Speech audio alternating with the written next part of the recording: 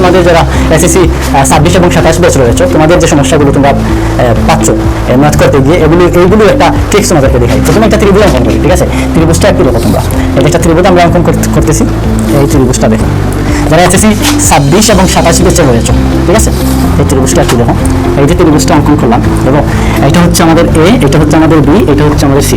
তো এই ত্রিভুজটা দেখে তোমাদের কি মনে হচ্ছে? এই ত্রিভুজটা হচ্ছে তোমাদের এই ত্রিভুজটার একটা কোণ, শুধু এই কোণটা হচ্ছে আমাদের কি 90 ডিগ্রি, ঠিক আছে? এই কোণটা হচ্ছে আমাদের কি 90 ডিগ্রি। সো আমরা জানি যে ত্রিভুজের মধ্যে যে কোণটা, এই ধরে এই কোণটা আমাদের কি আছে, এই জায়গার মধ্যে 90 ডিগ্রি আছে। সেটা হচ্ছে একটা সমকোণী ত্রিভুজ। এটা কি আমাদের সমকোণী ত্রিভুজ। তো এই সমকোণী ত্রিভুজের বেলায় আমরা এখন ত্রিকোণমিতি অনুপাত করে দিলাম। আমরা জানি ত্রিকোণমিতি অনুপাত হচ্ছে সাইন থিটা, সাপোজ থিটা বললাম, ওকে?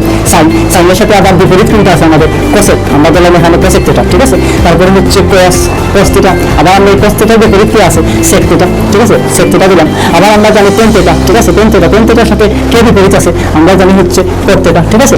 সো এই ছয়টা হচ্ছে আমাদের কি, এই ছয়টা অনুপাত হচ্ছে আমাদের ত্রিকোণমিতি অনুপাত, এই ছয়টাই আমাদের রয়েছে। সো এই জায়গার মধ্যে একটু দেখো তোমরা, মনোযোগ সহকারে দেখো, যারা এসএসসি 26 এবং 27 ব্যাচে রয়েছে, তোমরা একটু দেখো, নবম শ্রেণীর শিক্ষার্থীরা যারা রয়েছে তারা একটু দেখো, এই কোণটা হচ্ছে আমাদের কি 90 ডিগ্রি। তাহলে আমরা বলতে পারি এই ত্রিভুজটা হচ্ছে সমকোণী ত্রিভুজ। এই ত্রিভুজটা কি সমকোণী ত্রিভুজ। এই কোণ, আর আমরা এই বিকোণটাকে বললাম, এই বিকোণটাকে আমরা সাপোজ দিলাম হচ্ছে বেটা, ঠিক আছে? আর এই কোণটাকে বললাম আমরা সাপোজ, আমরা বললাম এটাকে ধরো বলা আমরা আলফা বললাম, ঠিক আছে? এটা হচ্ছে বেটা কোণ, এটা হচ্ছে আলফা কোণ, আর এইটা হচ্ছে আমাদের 90 ডিগ্রি, সাপোজ দিলাম আমরা এ, ঠিক আছে? এখন দেখো, এই ক্ষেত্রে আমরা জানি যেটা সমকোণ, যে কোণটা সমকোণ, এই কোণের বিপরীত বাহুটা সবসময় হচ্ছে অতিভুজ, সবসময় কি অতিভুজ। তাহলে আমরা ধরতে পারি এই যে এইটা আছে, এটা হচ্ছে আমাদের কি অতিভুজ, ঠিক আছে? এটা হচ্ছে আমাদের কি অতিভুজ, ওকে? এই বাহুটা হচ্ছে আমাদের অতিভুজ, এই বাহুটা আমাদের কি অতিভুজ, ওকে? দেখো এই কোণের সাপেক্ষে তোমরা একটা জিনিস দেখো, এই কোণের সাপেক্ষে আমরা বলতে পারি একটা ট্রিক্স তোমাদেরকে শেখাই যারা 26 এবং 27 ব্যাচে রয়েছে। এই কোণের বিপরীত বাহুটা, এই কোণ, এইটা পেয়ে গেছি আমরা অতিভুজ। আমরা আবার বলতে পারি, দেখো এই কোণের বেলায় এইটাকে আমরা বলতে পারি সম্মিলিত বাহু, তো তাই বলতে পারি সম্মিলিত বাহু, অথবা আমরা এটাকে বলতে পারি বুনি, কি বলতে পারি বুনি, ঠিক আছে?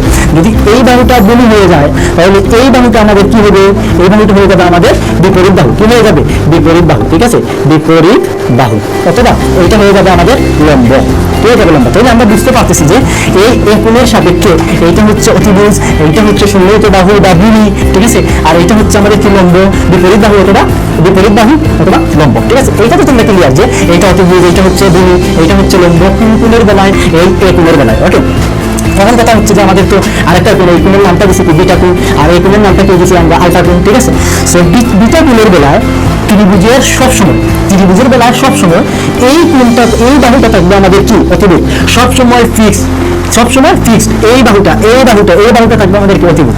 আর এই বিটা কোণের বেলায় তোমরা মনে রাখো, এই কোণের বেলায় যে বাহুটা কাছে থাকবে সেটা হচ্ছে আমাদের বুনি বা সম্মিলিত বাহু, আমরা সম্মিলিত বাহুকে কি বলি, বুনি বলি। তো এই কোণের বেলায় এবং এই কোণের বেলায় অতিভুজ ব্যতীত যে বাহুটা কাছে থাকবে সেটাকে আমরা কি বলবো, সেটাকে আমরা বলবো বুনি, ঠিক আছে? তো এই কোণের বেলায় আমরা তো জানি যে এইটা আছে, এইটা তো অতিভুজ আমরা ফিক্স করে দিয়েছি, ঠিক আছে? আর এই কোণের বেলায় এই বাহুটা আগে কাছে না এই বাহুটা কাছে, কোনটা কাছে বলো, কোনটা কাছে? সো কাছে হচ্ছে আমাদের এইটা, এই বিটা কোণের বেলায় এইটা হচ্ছে আমাদের কাছে। সো এই বাহুটাকে আমরা বলবো কি বুনি, কার সাপেক্ষে, বিটা কোণের সাপেক্ষে, কার সাপেক্ষে, বিটা কোণের সাপেক্ষে এই বাহুটাকে আমরা বলবো বুনি, আর এই বাহুটাকে বলবো আমরা লম্ব। ক্লিয়ার তোমাদের এই কোণ এবং এই কোণের বেলায়, ক্লিয়ার, ঠিক আছে? এখন আমরা যাই এই আলফা কোণের বেলায়, কোন কোণের বেলায়, আলফা কোণের বেলায়।